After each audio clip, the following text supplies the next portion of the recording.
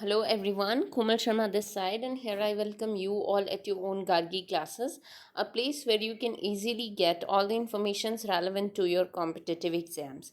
So, आज का जो वीडियो होगा अपना that will be related to your analysis of the poem The Tower by W.B.Yeats. तो द टावर के एग्जैक्टली टेक्स्ट के बारे में अपन स्टडी कर चुके हैं, थरली जो टेक्स्ट है उसके बारे में मैं आपको बता चुकी हूँ। अब मैं कुछ ऐसे फैक्चुअल एस्पेक्ट्स बताऊंगी जो उस पोइट्री का एनालिसिस करेंगे। ठीक है, सो आइए चलते हैं with our poetry the tower by W.B. Yeats. The Tower is the most impressive and significant poem by W.B. Yeats. This poem is one among the personal poems of Yeats. ये W.B. Yeats की personal poems में से एक है, क्योंकि मैंने आपको बताया था ये W.B. Yeats ने पोइट्री तब लिखी थी जब एग्जैक्टली ही वॉज 61 और 62 year old while he was proceeding towards his old as. तो ओल्ड एज की जो भी अगॉनीज होती है वो इस पोइट्री में एग्जैक्टली रिफ्लेक्टेड है, जो कि एग्जैक्ट फैक्चुअल जो W.B. Yeats का मेंटल ट्रॉमा था उस टाइम का, तो उस उन सारे ट्रॉमास को यहाँ पे रिप्लिकेट किया गया है bye W.B. Yeats. The poem expresses the honest statement of Yeats's frustration at the coming of old age. Old age जैसे जैसे पास में आ रही है उस चीज़ से वो बहुत ज़्यादा फ्रस्ट्रेट हो चुका है, क्योंकि फिज़िकल जो उसका डीके है वो शुरू हो चुका है। इस चीज़ से वो थोड़ा फ्रस्ट्रेटेड है। Therefore old age is one of the themes of the poem. अब आपको अगर थीम्स के बारे में डिस्कस करना है इन योर क्वेश्चन पेपर, और अगर आपके सामने पैराग्राफ है और स्टांजा है from the poetry the tower, तो आपको थीम्स को एनालिसिस करना पड़ेगा। तो थीम्स में से सबसे पहली जो थीम आती है इस पोइट्री की वो कौन सी आती है? Old age. Another is the failure in love. दूसरी जो थीम है वो इसमें कौन सी है? The failure in love and the rejection of the abstract ideas which were presented by Pluto and Plotinus in favor of more concrete thoughts. और तीसरी जो यहाँ पे थीम है, पहली थीम हो गई ओल्ड एज, दूसरी थीम हो गई failure in love, and third theme हो गई rejection of the abstract ideas. Abstract ideas को यहाँ पे रिजेक्ट किया गया है which were presented by Plato and Plotinus. और किन आइडियाज़ को और किन थॉट्स को फेवर किया गया है? जो कि कॉन्क्रीट है। तो कॉन्क्रीट थॉट्स को फेवर किया गया है, एब्स्ट्रैक्ट आइडियाज़ को यहाँ पे रिजेक्ट किया गया है जो कि प्लूटो और प्लूटोनियस ने दिए थे। फेलियर इन लव दूसरी थीम हो गई and old age is another theme. तो इस तरीके से ये बेसिक थीम्स है इस पोइट्री की। The main motive of the poem is that the poet is getting older and weaker day by day, but his political and personal passions are getting stronger on the other hand. अब यहाँ पे contradictions बताए गए हैं। On one hand the poet was too much frustrated with his old age, क्योंकि वो physically decay होता जा रहा है day by day. On the other hand वो स्ट्रॉन्गर होता जा रहा है पर्सनल लेवल पे एंड पॉलिटिकल लेवल पे।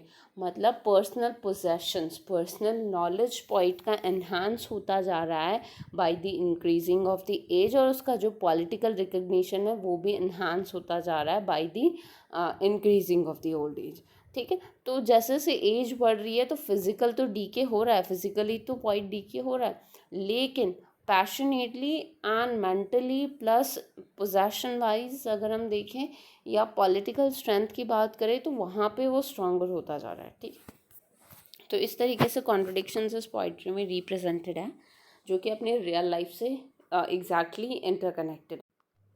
The idol of manhood and youth is introduced in the very first stanza through the representation of the speaker, a young man.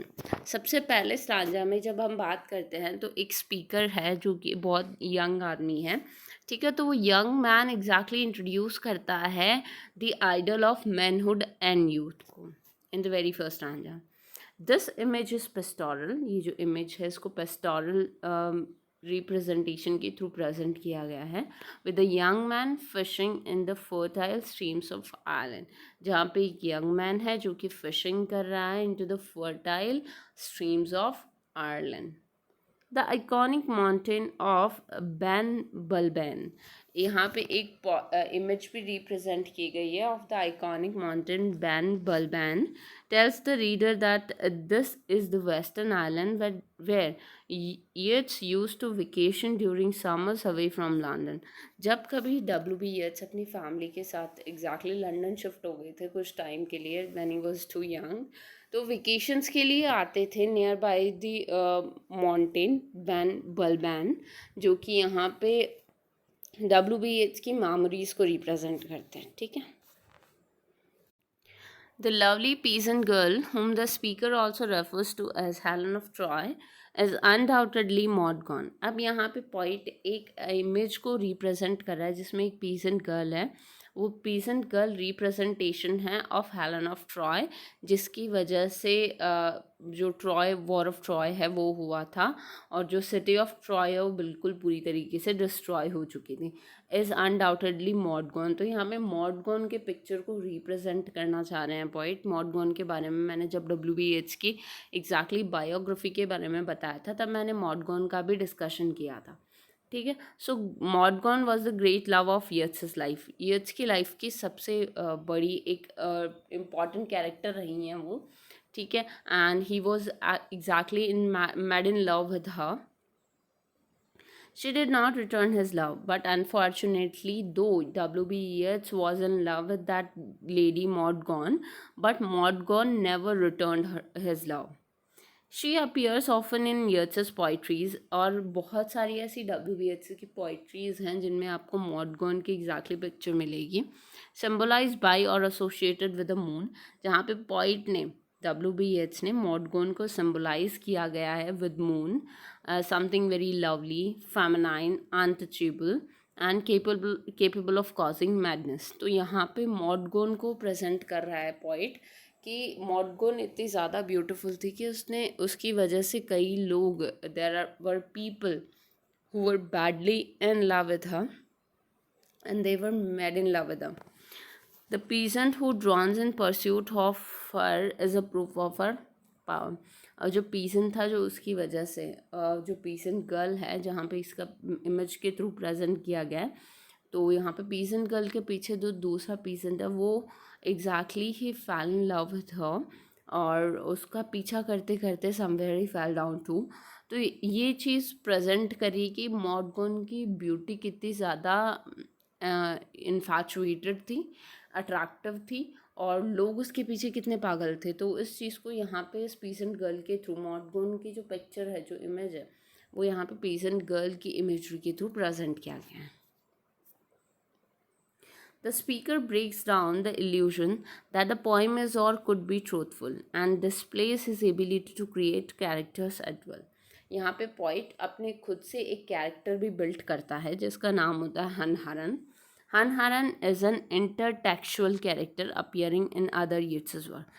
यहाँ पे जो हनहरन कैरेक्टर है ये पोइट के सिर्फ द टावर में ही नहीं प्रेजेंटेड है, बल्कि और भी बहुत सारी पोइट्रीज़ हैं जिसमें ये प्रेजेंट किया गया है कैरेक्टर हनहरन.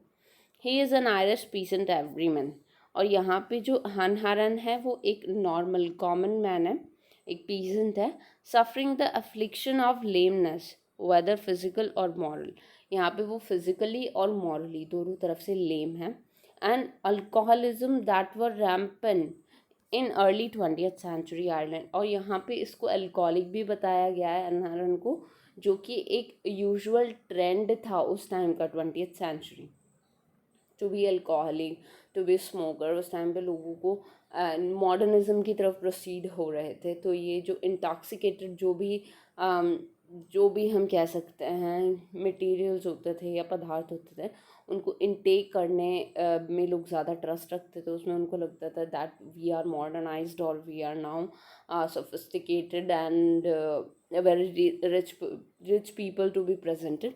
तो इस तरीके से अपनी सोफिस्टिकेशन को प्रेजेंट करने के लिए they use to be very alcoholic and smoker to.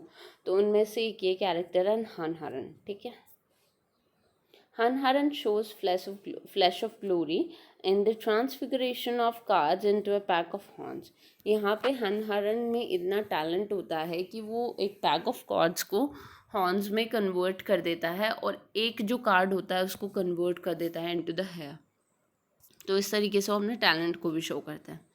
The poem finishes with the question of Maud Gonne again. यहाँ पे लास्ट में मॉडगॉन से दोबारा क्वेश्चन करता है पोइट.